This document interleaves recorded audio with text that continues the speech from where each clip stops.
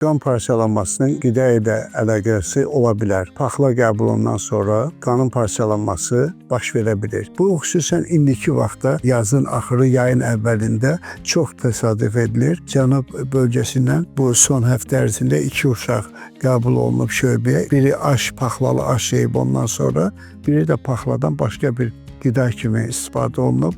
Ondan sonra, yəni valideynlər gözləmədən bu baş verib və bu nə ilə müşahidə olunur? Rəngin ağarması, göz qişasının saralması, sidiyin tündləşməsi və hemoqlobinin kəskin aşağı düşməsi. Bu xəstəlik irsi qan xəstəliklərinə aid olan deməli xəstəlikdir.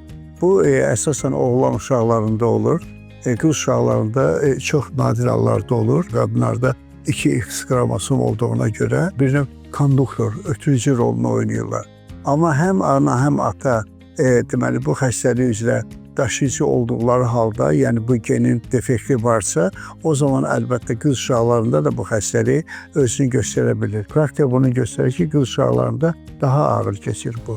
Müqayisədə götürəndə isə xəstəliyin rast gəlmə faizi oğlan uşaqlarında dəfələrlə yüksəkdir. Belə olan halda valideynlər hökmən, yəni bunu nəzərə almalıdırlar ki, belə qan parçalaması hətta həyatın sonuna, yəni ölümə gətirib çatdıra bilər. Belə hallarda təcili hematoloqa müraciət etməlidirlər.